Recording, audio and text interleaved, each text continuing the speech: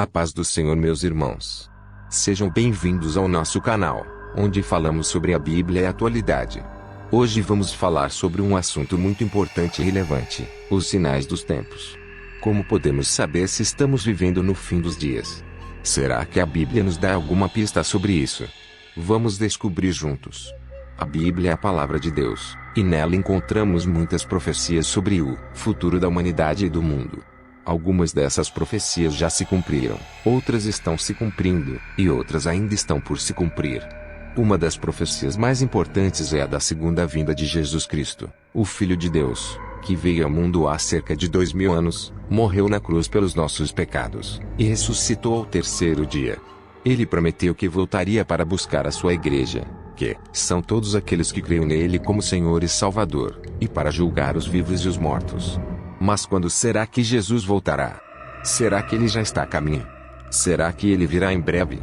A Bíblia não nos dá uma data específica, mas nos dá alguns sinais que indicam que o fim dos tempos está próximo. Esses sinais são acontecimentos que vão se intensificar e se multiplicar à medida que o dia do Senhor se aproxima. Vamos ver quais são esses sinais, e como eles se relacionam com o que está acontecendo no mundo hoje. O primeiro sinal é a pregação do Evangelho a todas as nações. Jesus disse em Mateus 24:14 que o fim viria quando o Evangelho fosse pregado em todo o mundo como testemunho a todas as nações. O Evangelho é a boa notícia de que Deus nos ama, e que Ele enviou seu Filho para nos salvar da condenação eterna. Esse é o maior presente que Deus nos deu, e Ele quer que todos saibam disso.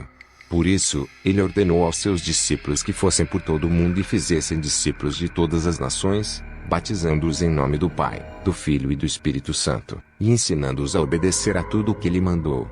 Hoje em dia, graças aos avanços da tecnologia, da comunicação e dos meios de transporte, o Evangelho tem sido anunciado em todos os continentes, e em muitas línguas e culturas diferentes.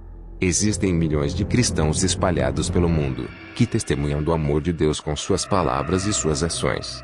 Existem também muitas organizações e ministérios que se dedicam a levar o Evangelho aos lugares mais remotos e inacessíveis, onde ainda há povos que nunca ouviram falar de Jesus.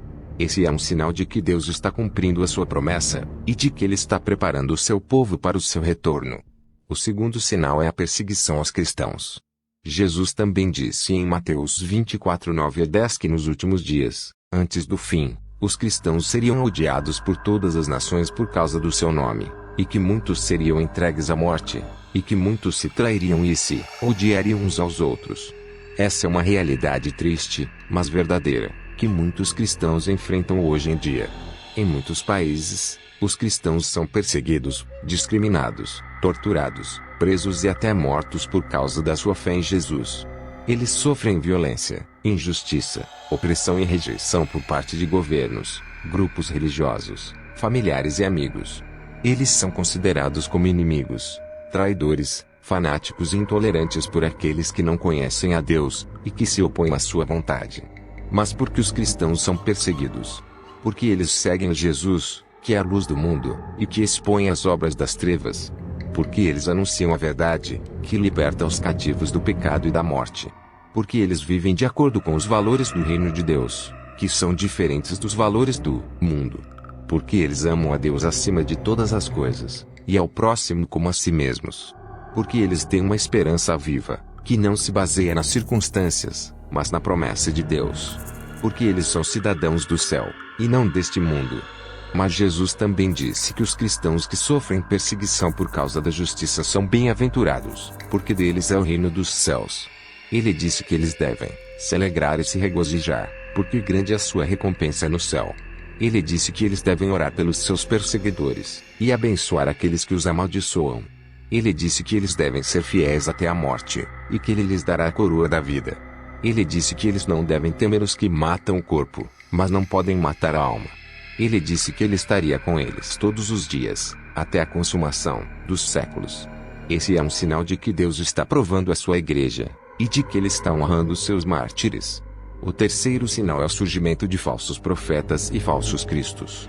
Jesus também disse em Mateus 24:5 e 24 que nos últimos dias, antes do fim, muitos viriam em seu nome, dizendo: Eu sou o Cristo, e enganariam a muitos.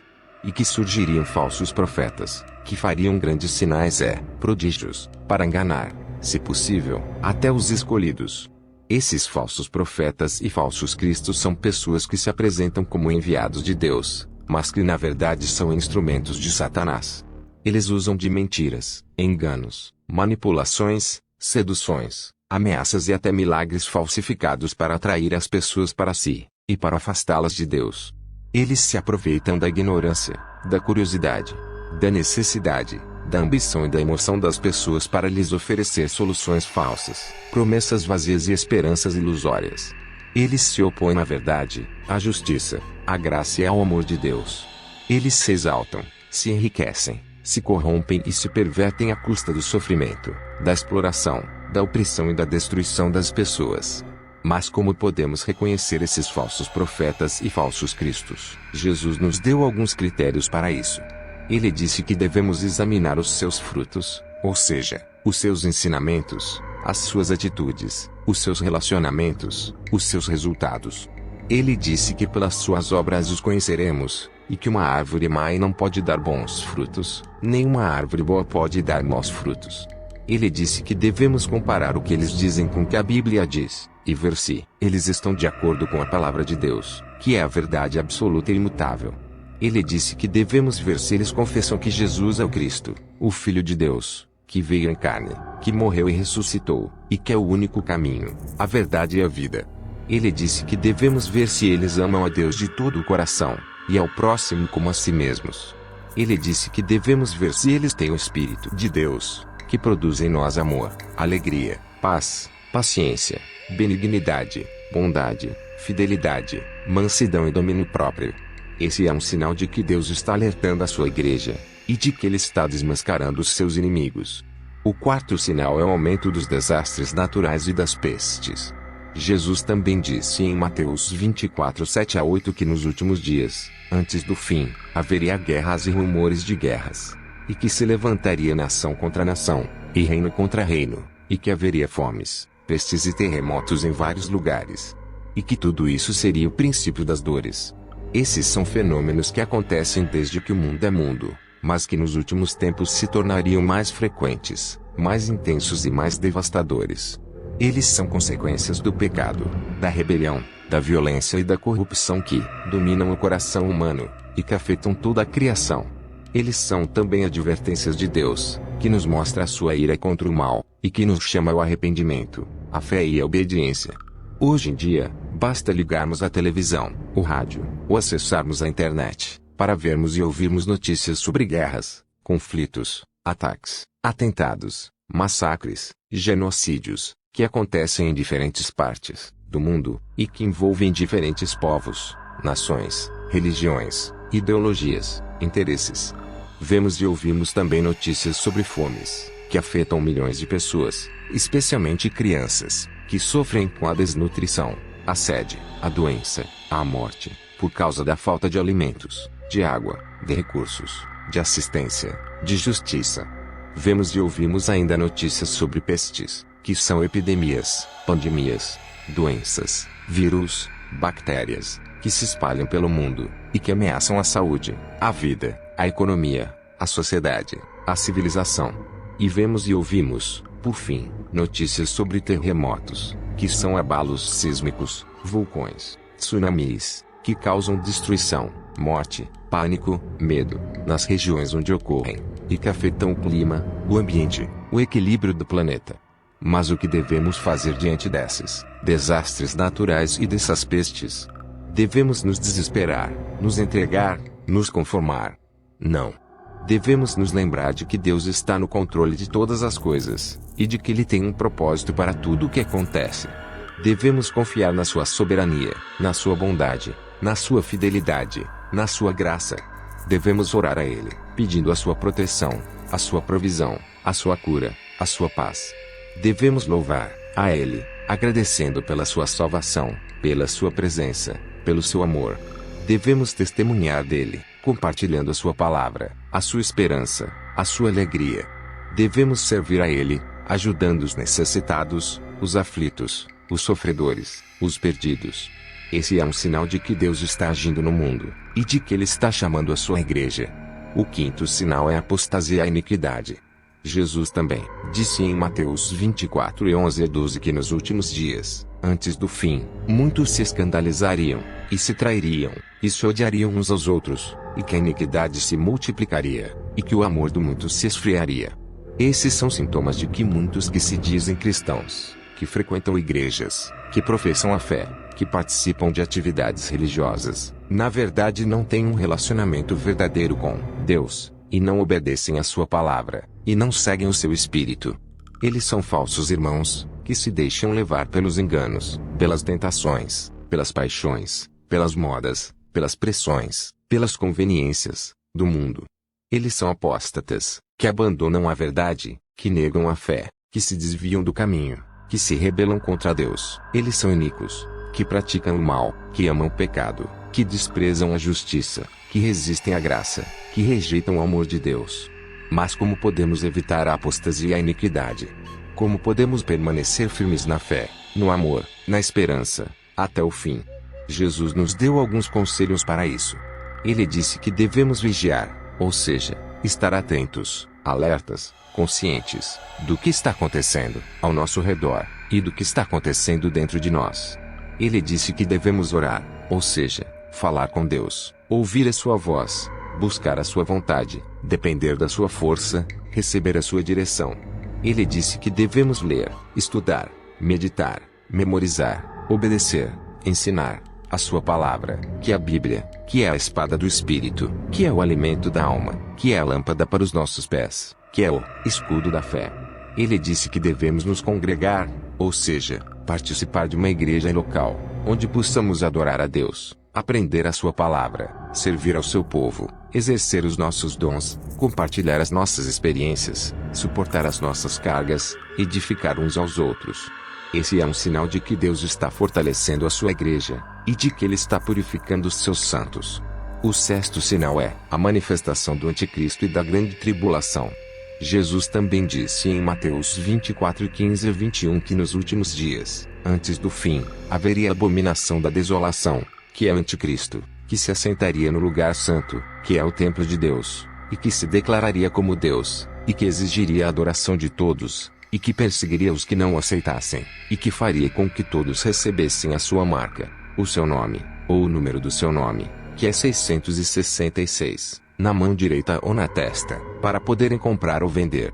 E que haveria então uma grande tribulação, como nunca houve desde o princípio do mundo até agora, nem tampouco haverá jamais.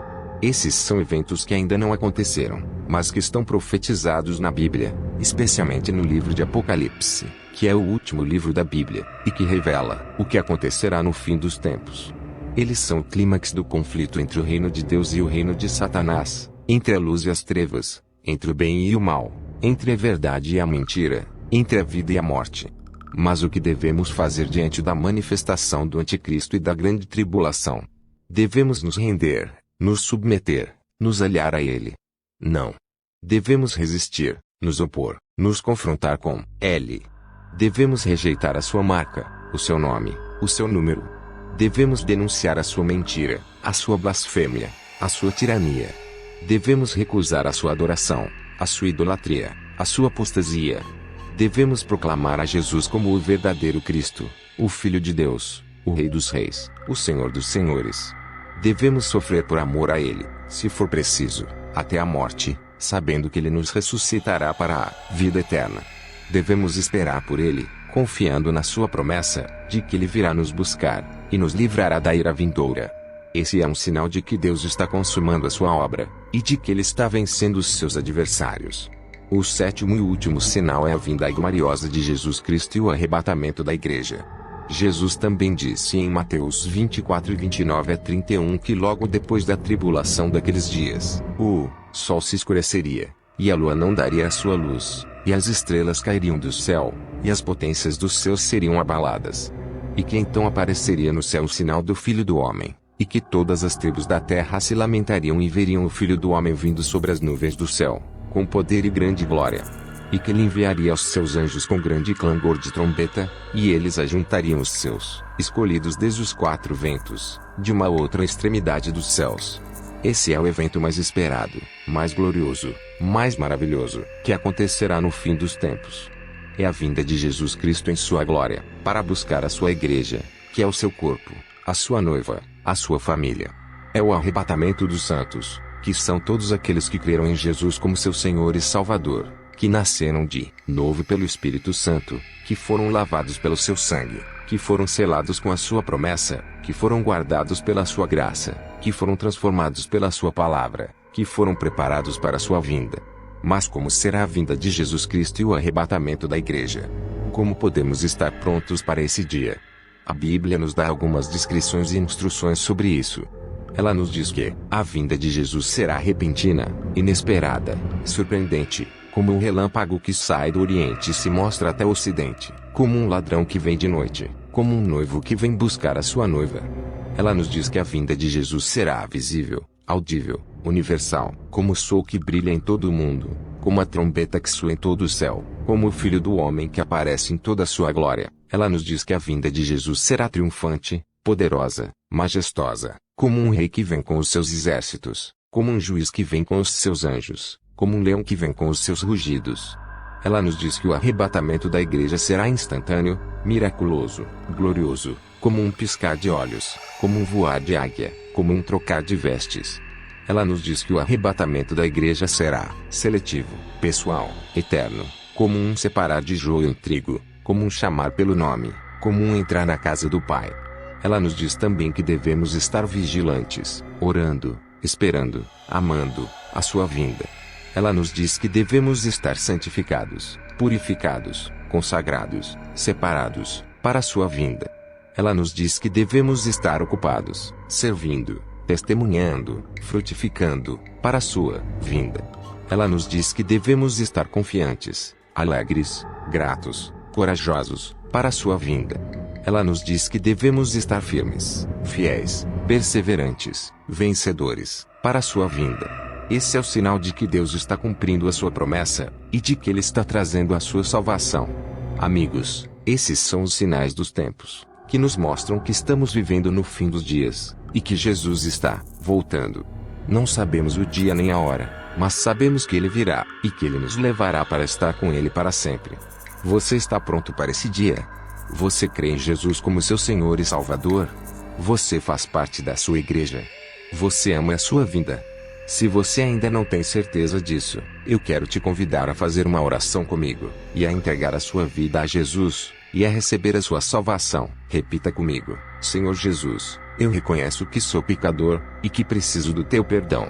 Eu creio que tu és o Filho de Deus, que morreste na cruz pelos meus pecados, e que ressuscitaste ao terceiro dia. Eu te recebo como meu Senhor e Salvador, e te entrego a minha vida. Eu te peço que me perdoes, que me limpes, que me transformes, que me enchas do teu Espírito Santo. Eu te agradeço pelo teu amor, pela tua graça, pela tua salvação. Eu te peço que me ajudes a te seguir, a te obedecer, a te servir, a te amar. Eu te peço que me prepares para a tua vinda, e que me leves para estar contigo para sempre. Em nome de Jesus. Amém. Se você fez essa oração de coração, eu quero te dizer que você acaba de nascer de novo, e de fazer parte da família de Deus. Eu quero te parabenizar pela sua decisão, e te encorajar a dar os próximos passos na sua caminhada com Jesus. Eu quero te convidar a ler a Bíblia todos os dias, a orar a Deus todos os dias, a participar de uma igreja perto de você, a se batizar nas águas, a testemunhar do seu amor, a esperar pela sua vinda. Amigos, esse foi o nosso vídeo de hoje, sobre os sinais dos tempos. Espero que tenha sido útil, edificante, esclarecedor, para vocês. Se você gostou, se inscreva no nosso canal, e ative o sininho, para receber as nossas notificações. Que Deus abençoe a todos, e até o próximo vídeo. Maraná.